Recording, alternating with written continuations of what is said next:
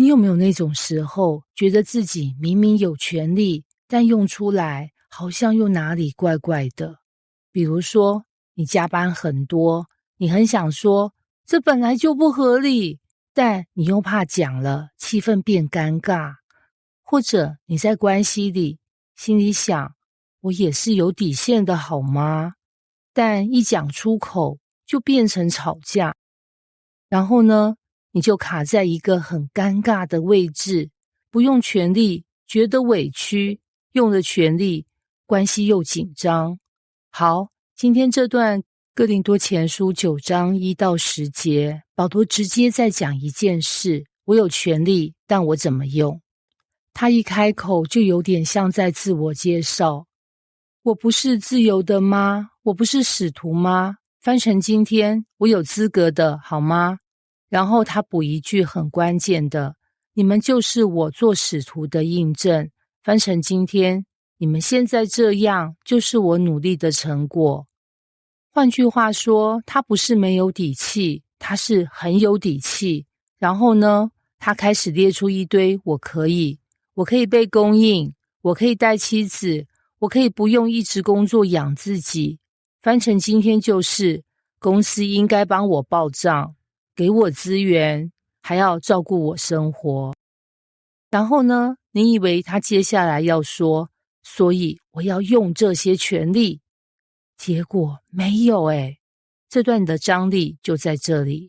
他花很多力氣證明我可以，但他的重點其實是，但我沒有一定要。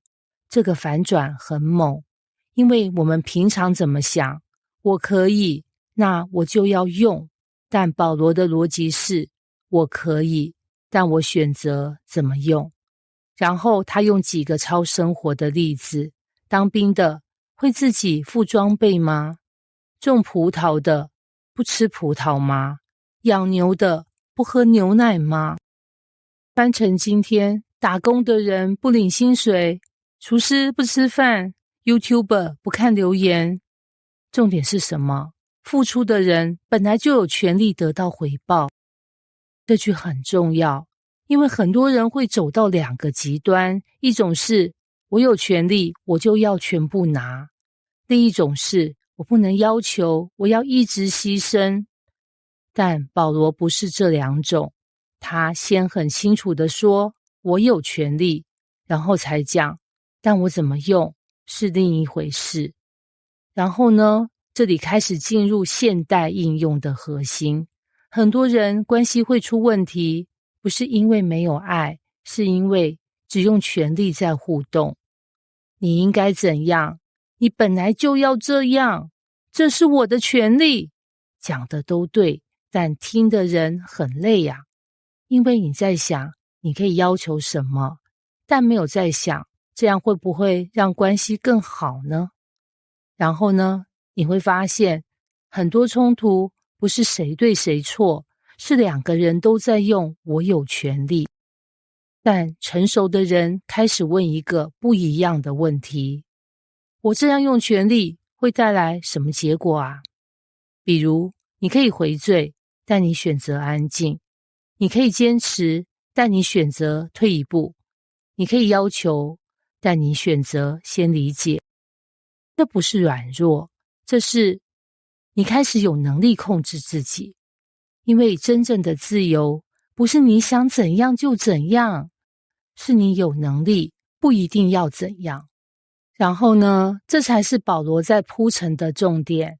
他不是在否定權利，他是在提升層次，從我有沒有權利走到我怎麼用權利。很多人卡在第一層，成熟的人活在第二層。所以哥林多前書9章1到10節整段在講什麼？